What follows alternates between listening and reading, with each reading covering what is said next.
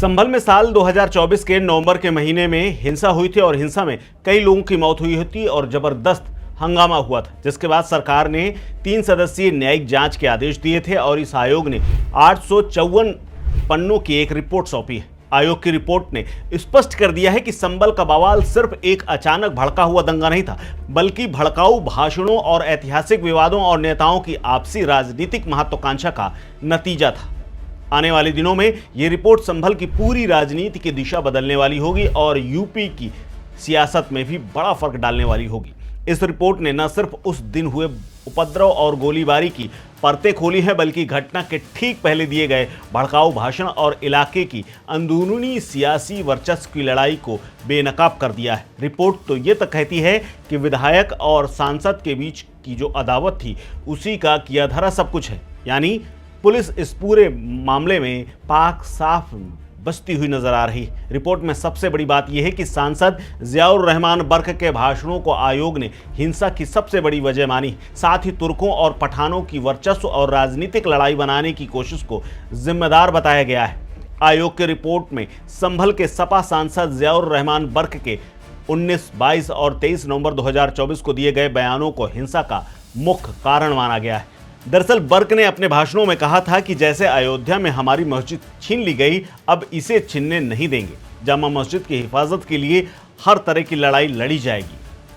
अब ऐसे में जांच आयोग का निष्कर्ष ये कहता है कि इन बयानों से स्थानीय मुस्लिम समुदाय में यह संदेश गया कि जामा मस्जिद पर तत्काल कोई बड़ा खतरा है, जिससे लोग भड़क उठे और माहौल हिंसक हो गया।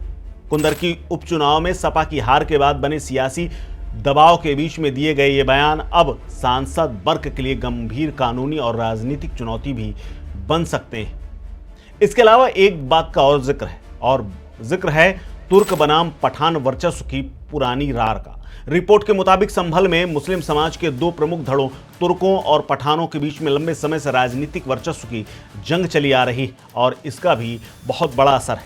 पठान वर्ग इसकी पैरवी समाजवादी पार्टी के वरिष्ठ विधायक इकबाल महमूद और उनके बेटे सुहेल इकबाल करते आ रहे हैं और तुर्क वर्ग जिसकी नुमाइंदगी सपा सांसद जियाउर रहमान बर्क करते आ रहे हैं। इस बात का भी विस्तार से रिपोर्ट में जिक्र किया गया है। साथ ही पुलिस अधिकारी और प्रशासनिक अधिकारियों के बयानों का भी जिक्र किया गया है। रिपोर्ट में साफ तौर पर यह दर्ज किया गया है कि तत्कालीन एएसपी श्रीचंद और सीओ अनुज चौधरी ने आयोग को अपने बयानों में बताया कि 24 नवंबर को दोनों गुटों के बीच मुसलमानों का सबसे बड़ा रहनुमा बनने की होड़ लगी हुई थी। इसी राजनीतिक महत्वाकांक्षा के चलते भीड़ को उकसाया गया।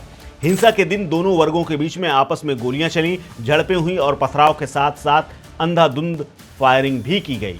घायल गवाहों के बयानों के मुताबिक जामा मस्जिद के सर्वे के दौरान जमा हुई भीड़ में शामिल तुर्क बिरादरी के उपद्रवियों ने पुलिस और सर्वे टीम पर पथराव व फायरिंग शुरू कर दी थी, जिसमें कई स्थानीय लोगों की गोली लगने से गंभीर रूप से वो घायल भी हुए थे। हालांकि रिपोर्ट में पुलिस को गोली चलाने को लेकर के साफ कुछ नहीं कहा गया है। हालांकि हिंसा के दौरान आरोप लगा था कि पुलिस की गोली से कई लोगों की मौत हुई है। इसके अलावा एक गवाह के बयान के आधार पर यह भी लिखा गया है कि 24/11/2024 को घर के बाहर कुछ दूर पर जामा मस्जिद में सरकारी कर्मचारियों और सर्वे का काम हो रहा था। इसी दौरान शहर के कुछ शरारती और उपद्रवी लोगों ने जामा मस्जिद के आसपास इकट्ठा होना शुरू कर दिया, जिसमें तुर्क बिरादरी के लोग भी थे और कुछ उपद्रवियों के द्वारा सर्वे कर रहे लोगों के ऊपर पथराव शुरू कर दिया गया। जब प्रशासन के लोगों ने पथराव कर रहे लोगों को समझाना चाहा तो पथराव कर रहे भीड़ में से कुछ तुर्क बिरादरी के लोगों ने फायरिंग शुरू कर दी थी। अज्ञात तुर्क बिरादरी के उपद्रवियों द्वारा जान से मारने की नीयत से की जा रही फायरिंग में एक गोली एक गवाह के भतीजे वसीम को भी लगी थी, जो कि अपने घर के दरवाजे पर खड़ा था और वो गंभीर रूप से घायल हो गया था, जिसके बाद उसे उठा करके अस्पताल में ले जाया गया था। इसके अलावा हरिहर मंदिर के ऐतिहासिक दावे और एएसआई की गवाही का भी इस रिपोर्ट में जिक्र है। आयोग के सामने भारतीय पुरातत्व सर्वेक्षण के अधिकारियों और प्रत्यक्षदर्शियों ने जामा मस्जिद परिसर के पूर्व में हरिहर मंदिर होने के कई साक्ष्य और गवाही पेश की। एएसआई अधिकारियों की रिपोर्ट एएसआई के मुताबिक 11वीं शताब्दी में संभल पर हिंदू राजाओं का शासन हुआ करता था। 1526 में बाबर के आदेश पर मूल संरचना को छिपा करके यहाँ जामा मस्जिद का निर्माण कराया गया था।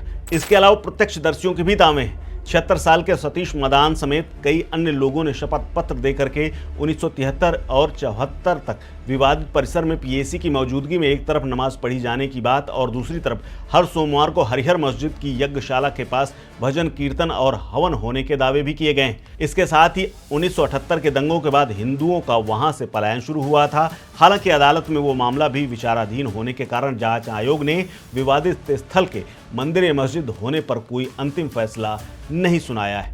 इसके अलावा अब इस रिपोर्ट के आने के बाद संभल की सियासत में नए समीकरणों की आहट भी महसूस की जा रही। इस रिपोर्ट के सार्वजनिक होने के बाद संभल की दशकों पुरानी विरासत वाली सियासत यानी राजनीति पर गहरा संकट मंडरा रहा है और मुस्लिम नेतृत्व की नई दावेदारियां भी दस्तक दे रही।